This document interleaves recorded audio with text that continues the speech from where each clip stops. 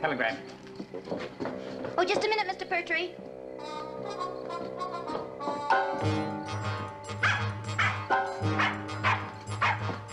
It's all right, Scrub. Thank you. Thanks. Needn't be afraid to open it. Ain't bad news. Leastways, that's what everybody tells me.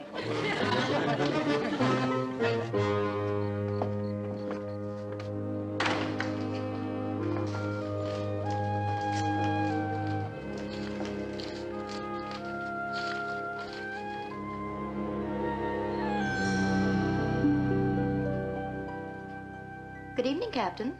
Mrs. Muir, who's run out the distress signal? No one.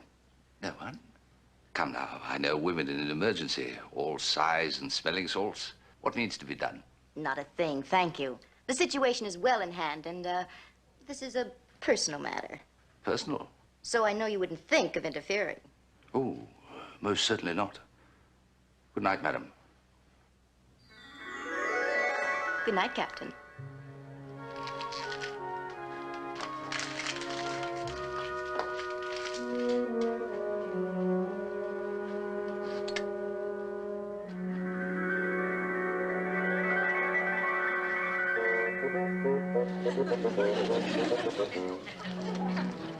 My darling Carolyn, I'm sailing out to carry you away with me. Hoping to dock at your village at 11 a.m. Saturday. Meet me if you can. Yours till eternity, Blair. Yours till eternity. What does he know about eternity?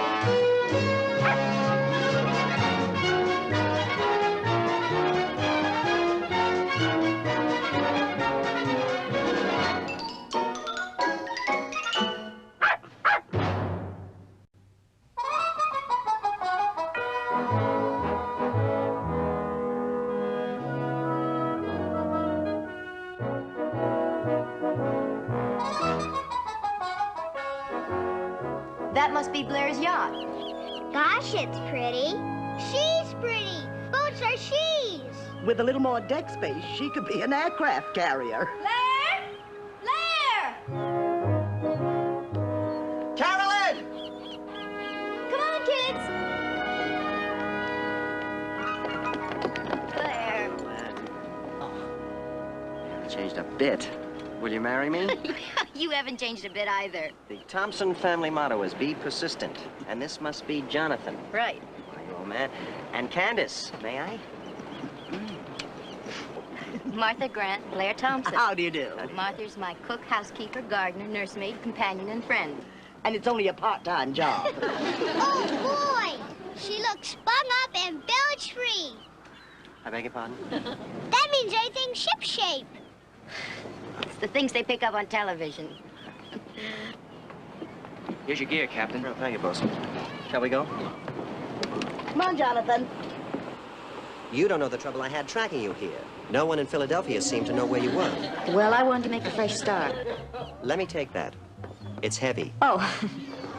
Well, a fresh start doesn't mean cutting yourself off from everyone. No. In fact, you can make a fresh start with someone you've known all your life. Oh, watch out. Thanks, I didn't see that at all. But then you always have that effect on me. The children will show you to your room, Blair. Fine. This way, Mr. Thompson. We're climbing the rig into the crow's nest. You seem to know a great deal about ships, Jonathan. Captain, I hope you didn't burn your fingers getting the telegram out of the fireplace. Madam? Yes, you.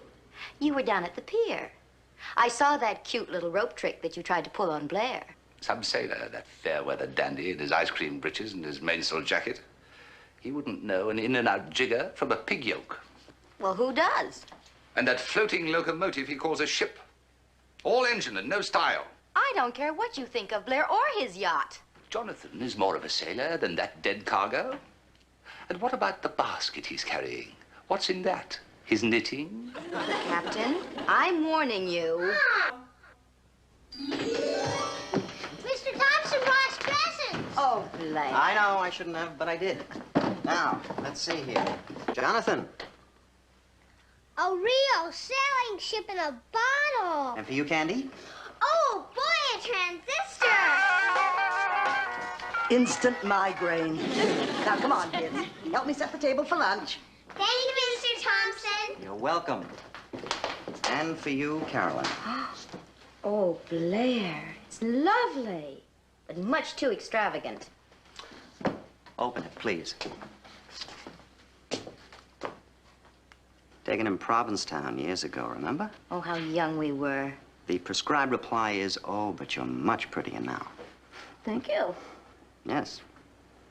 In your case, it happens to be true. Much too pretty to be wasting your life here.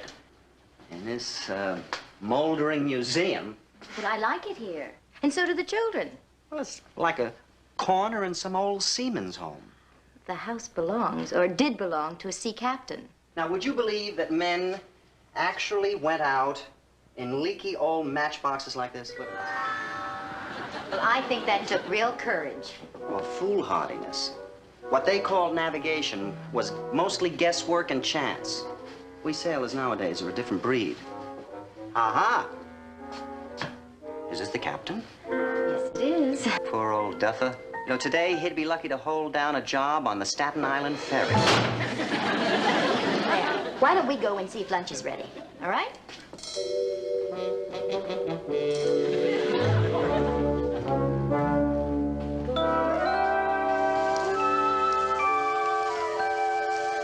Jonathan and Candace are certainly full of spirit. They're crazy about you, Blair. How about their mother? You know, it's been almost an hour since I asked you to marry me. Mustn't get behind schedule.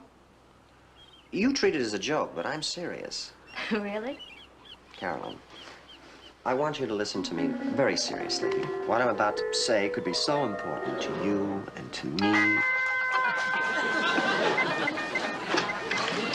Candy must have left it there. Why did it suddenly turn on? I don't know. Where were we? Well, I was listening. Seriously. And I was saying...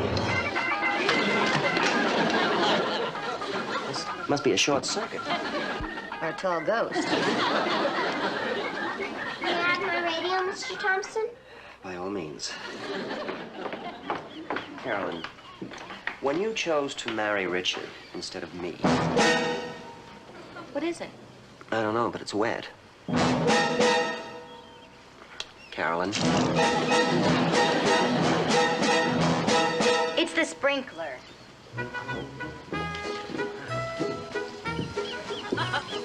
When you chose to marry Richard...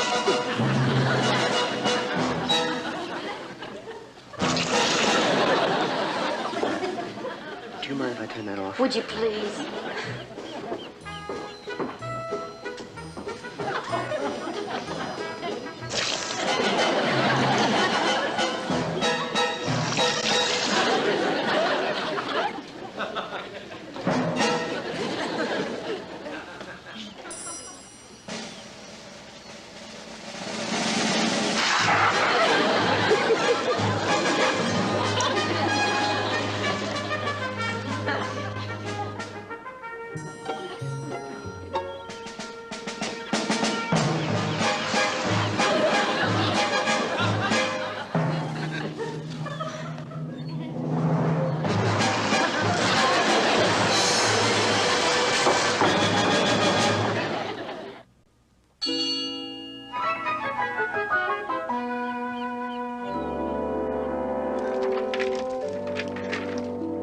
gave the crew the day ashore, so we've the ship to ourselves. I'm very impressed.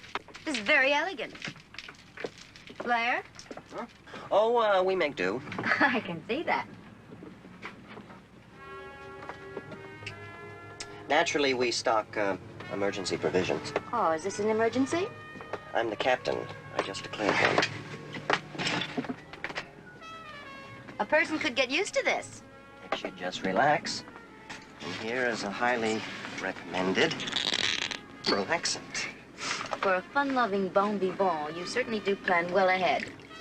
Once an Eagle Scout, always an Eagle Scout. I certainly hope so. To the two of us.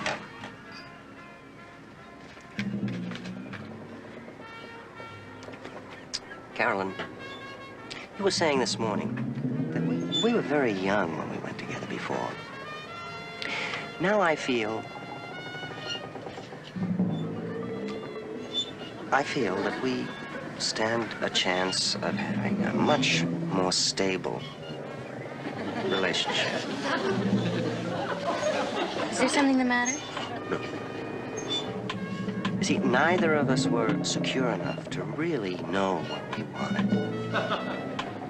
We were swayed.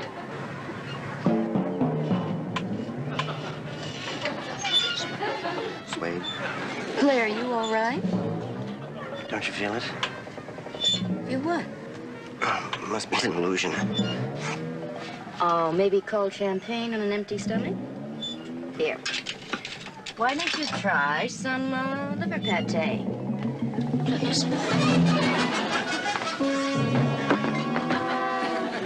We are rolling. Rolling? We're heaving. Oh, I wish I hadn't said that. And the sea was so calm today. This is impossible. Nothing's impossible. Carolyn, sorry. Blair?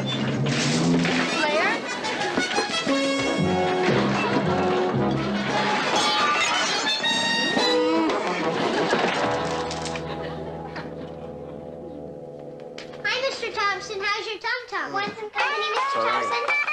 Well,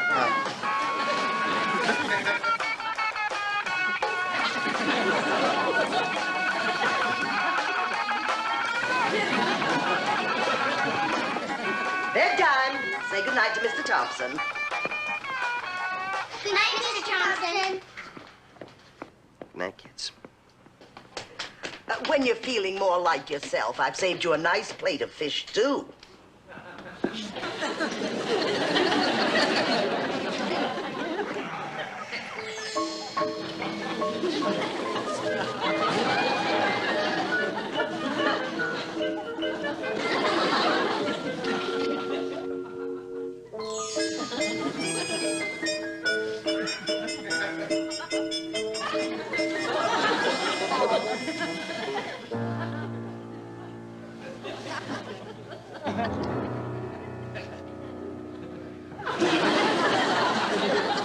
Captain Gregg? Captain? Madam, I do not find that imperious tone ingratiating. You haven't heard anything yet. Shouldn't you be down in sick bay, ministering to Captain Queasy? Of all the mean, heartless tricks. He cut quite a dashing figure, your Philadelphia sailor. Dashing out of the lounge, dashing onto the deck, dashing over to the rail. Have you finished? Quite. Blair's fallible. Sometimes he's pompous and stuffy. He can even be ludicrous, simply because he's human. Human. Imperfect. Vulnerable. The only human trait you seem to have kept is your jealousy. Are you suggesting that I am jealous? Why else would you set out to make him appear so ridiculous? I am not now, nor have I ever been, jealous of anyone. And if Thompson appears ridiculous, blame heredity, not me. Well, you've just succeeded in reminding me that Blair is one of the kindest men I've ever known. And I suppose I should thank you for that. Mrs. Muir, are you in love with this fellow? What I feel for Blair concerns him and me and no one else. And I'm warning you, don't try to embarrass or humiliate him again.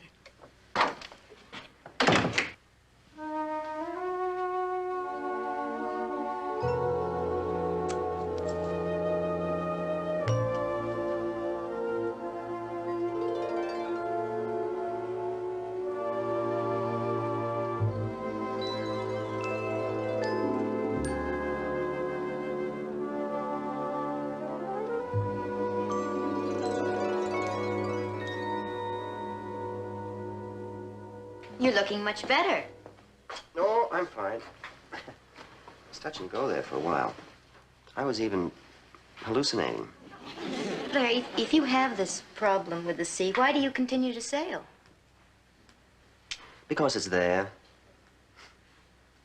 Man against the sea and all that. I guess. You know how I react to a challenge.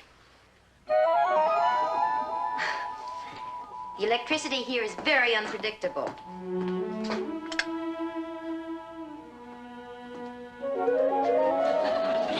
I like it better this way.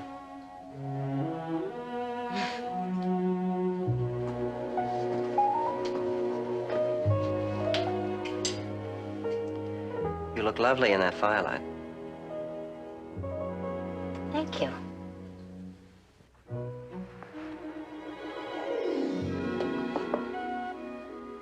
You're wearing the locket. Yes, I guess I am. That tells me more about your feelings than 1,000 words. Now, Blair, you should be taking it easy.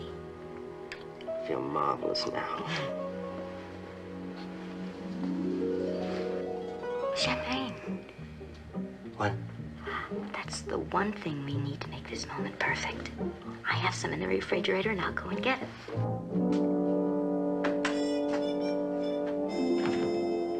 You are to stop immediately. Now, I warned you upstairs. Not to humiliate Thompson, and I certainly haven't. In fact, I've been doing my best, which is extremely good, to facilitate his courtship. I don't want you to facilitate anything. Now, if that isn't just like a woman. Really, madam, there is no pleasing you. I will be pleased, Captain Gregg, when you stop meddling. Mrs. Muir, upstairs you accused me of. The word is jealousy. Yes. Well, after a careful scrutiny of my motives, I'm prepared to admit that there is a certain grain of truth in your accusation. Since such behavior is unworthy of me, I have decided to rise above it. It is now quite clear to me that, marriage for you and Mr. Thompson would be best for everyone. Oh, really? Yes. You, the children, everyone. So I'm merely trying to be helpful. Well, I don't need or want your help. When and if I marry Blair or anyone else, it will be without benefit of your facilitation.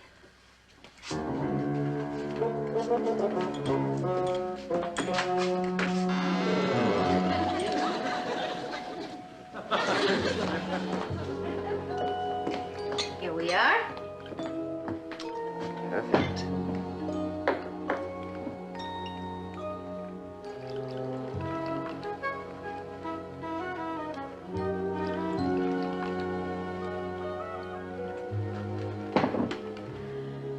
To the two of us. Do you really mean that? Oh, I'd drink to the two of us anytime, Blair. But will you marry me? Yes. Well, I'll keep... What? You asked if I'd marry you, and I said yes. I asked if you would marry me, and you said... Yes. I've been asking for so long, I almost gave up. Well, let's set a date. How about this spring? Oh, would you rather wait for the summer? What about tomorrow? Tomorrow. Wonderful. Don't we need a license and everything? Well, then as soon as possible. Finally accepted me. Oh, we've accepted you. You not only get a wife, but you get a ready-made family. 2 children, a housekeeper, and a dog. That's right. I hadn't thought of that. You finally get a chance to settle down. Oh, I know you've longed to settle down. Oh, yes, I certainly have. How bored you must be with bachelor life. Mm-hmm. Oh, no responsibilities, never knowing where you'll be week to week, or with whom. Well, I blame that on the yacht. Well, that's all behind you now. That's right. No more drifting about, doing whatever I darn please. That's right. Carolyn, I don't want you to rush into this. It isn't fair to sweep you off your feet. Oh, I hardly think that after all these years I'm being swept off my feet. What I mean is I want you to be sure. What makes you think I'm not? I don't know. I just never forgive myself if I felt I'd taken advantage, pressured you into a hasty decision. You know what I mean. Yes, Blair, I think I do.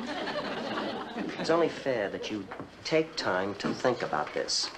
And until you have, I certainly won't hold you to anything. Oh, if you feel that way, I won't hold you to the proposal. Good. Perhaps under the circumstances, it would be better if I don't stay tonight. I wouldn't want my presence to influence you.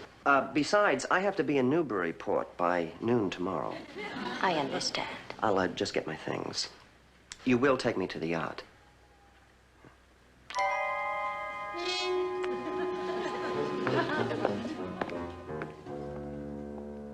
Why did he come here? Why did he ask you to marry him if he didn't mean it? Captain, I learned a long time ago, Blair only wants what he can't have. If I'd kept saying no to him, we could have lived happily ever after.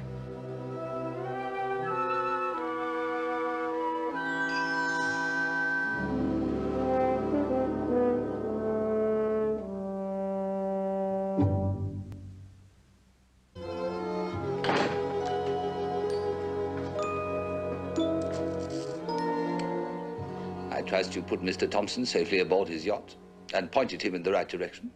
And I hope you learned a lesson from all this, Captain. I did. No more meddling for me. No more interference. I can count on that? Absolutely. In fact, I shall never again be near you unless you expressly summon me. You are reformed. Totally. Good night, Mrs. Muir. Good night, Captain.